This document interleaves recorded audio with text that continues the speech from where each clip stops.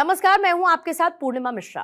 हमारे खास प्रोग्राम क्या कहते हैं नरेंद्र मोदी में आज आपको सुनवाएंगे पीएम मोदी का वो ऐतिहासिक भाषण जो उन्होंने 30 सितंबर 2013 को मुंबई में दिया।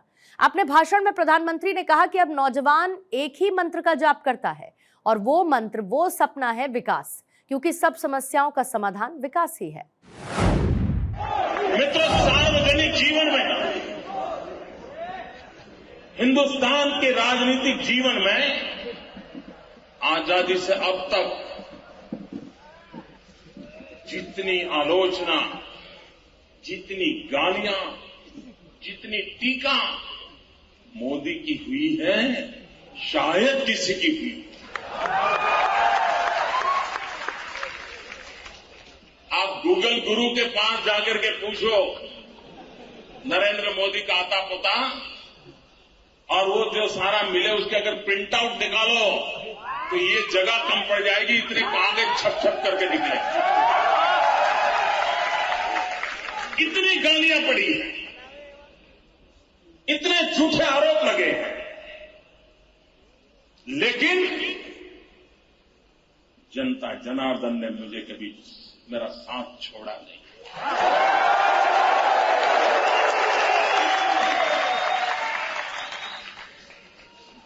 क्या हमने जनता जनार्दन की सारी अपेक्षाएं पूरी की होगी? हमें हमसे भी कुछ कमियां रही होगी, हमने भी हर अपेक्षाएं पूरी नहीं की होगी, उनकी इच्छाएं अधूरी रही होगी, लेकिन हमारे इरादों पर उन्हें कभी शक नहीं।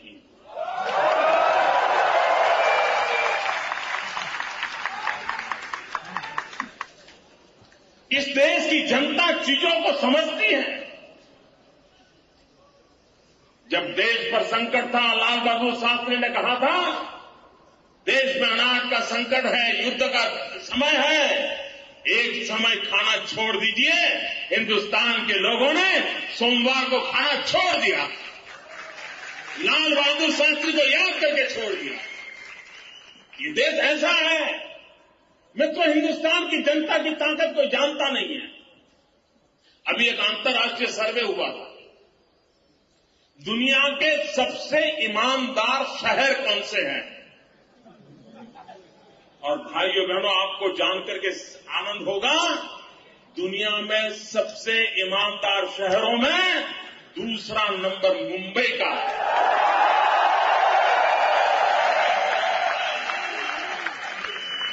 जिस देश के नागरिक इतने ईमानदार हो, मेहनती हो, अगर आपको शासन में बैठे हुए लोगों को इन कोटि कोटि जनों पर विश्वास होना चाहिए। अगर उन पर विश्वास है तो देश में हम जहां भी ले जाना चाहे ले जा सकते।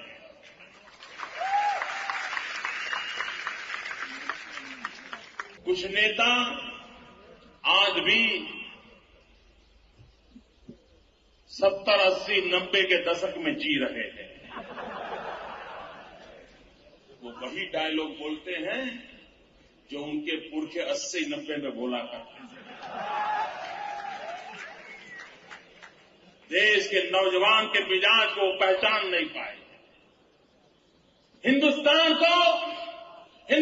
के नौजवान को अब जातिवाद का जहर कोई पिला नहीं सकता।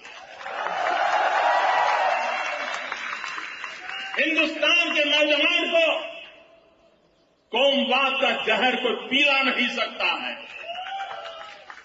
इस देश का जवान अब एक ही भाषा समझता है, एक ही मंत्र का जाप करता है, एक ही सपने की आराधना करता है।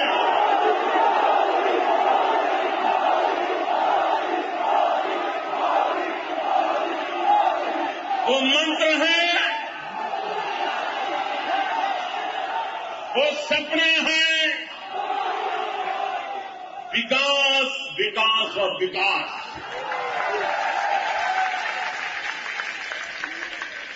सब समस्याओं का समाधान विकास में है।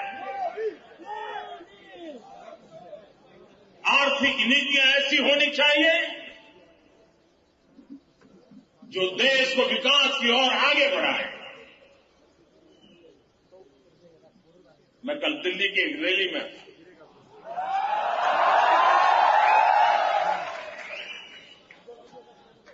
उनके नाक के नीचे थी।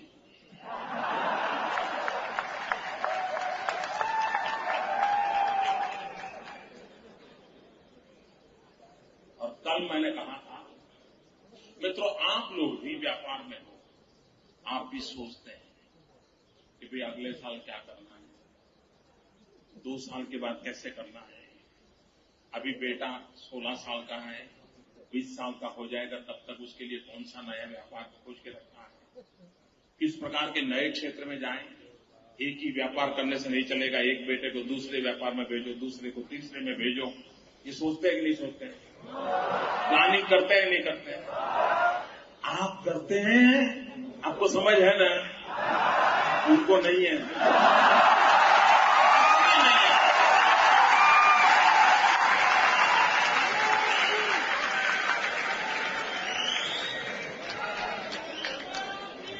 मैं कभी कभी आप में से कई महापुरुष जब देश का बजट होता है तो टीवी डिबेट में होते हैं। सभी उद्योगकार आप लोग टीवी डिबेट में होते हैं बजट के बाद, और चर्चा क्या करते हैं? आपकी मजबूरी में समझता हूं, क्योंकि वित्त मंत्री को खुश तो करना पड़ता है, लेकिन फिर भी चर्चा क्या करते हैं? बजट के बाद हम चर्चा क्या करते हैं? इनकम टैक्स में रिलीफ मिला या नहीं मिला, सेंसेक्स ऊपर गया कि नीचे गया, ये करते हैं ना।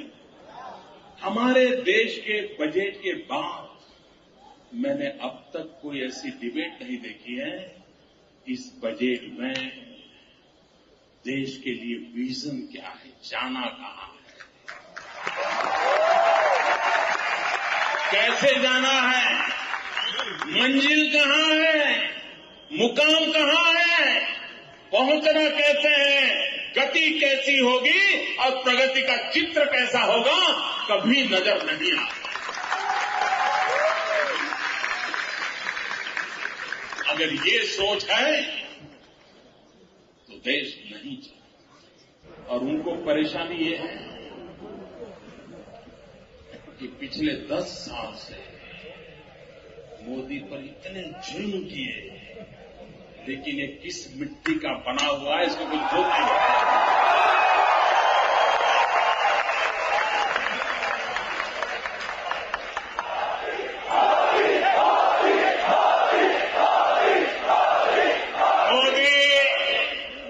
मोदी उस मिट्टी से बना है जिस मिट्टी से सरदार पटेल बने,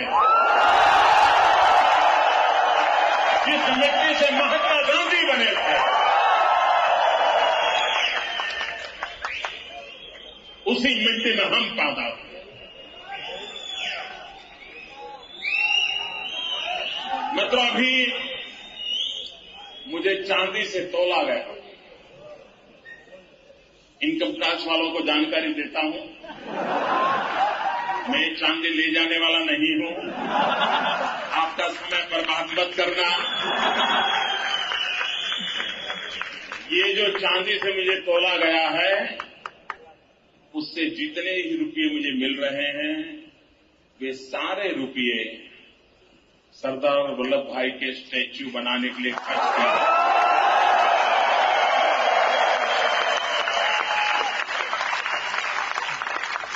मित्रों, चाइना ने अपनी पहचान बनाने के लिए क्या किया? सांघाई बनाया, सारी दुनिया के सामने सांघाई दिखाया, चाइना ने ताकत का परिचय करवाया। दुनिया का हर देश पूरे विश्व पर छा जाने के लिए कोई न कोई तौर तरीके ढूंढता है।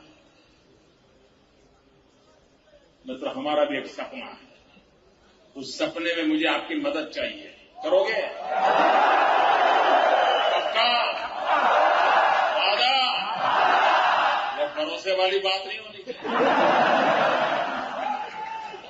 मित्रों, हम गुजरात में सरदार वल्लभ भाई पटेल का विश्व का सबसे ऊंचा स्मारक बनाना चाहते हैं।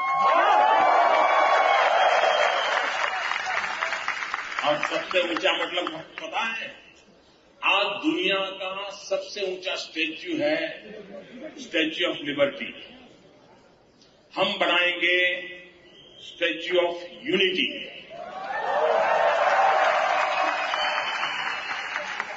और उसकी साइज होगी स्टैच्यू ऑफ लिबर्टी से डबल। मित्रों, मुझे परमात्मा ने जब बनाया तो उसके जो आईटी प्रोफेशनल्स थे उन्होंने ऐसा सॉफ्टवेयर डाला है कि मैं छोटा सोच ही नहीं सकता।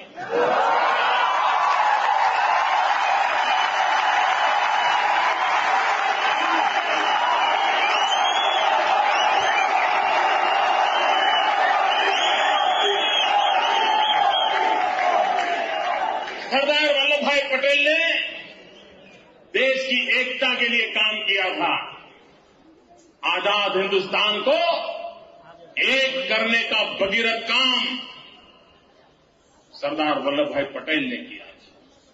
चाणक्य के बाद 400 साल के बाद हिंदुस्तान की धरती पर इतना महान काम उस महापुरुष ने किया था। लेकिन एक परिवार ने उसको भुला देने के लिए 60 साल तक कोशिश की है। और हम वो हिसाब चुकता करना चाहते हैं।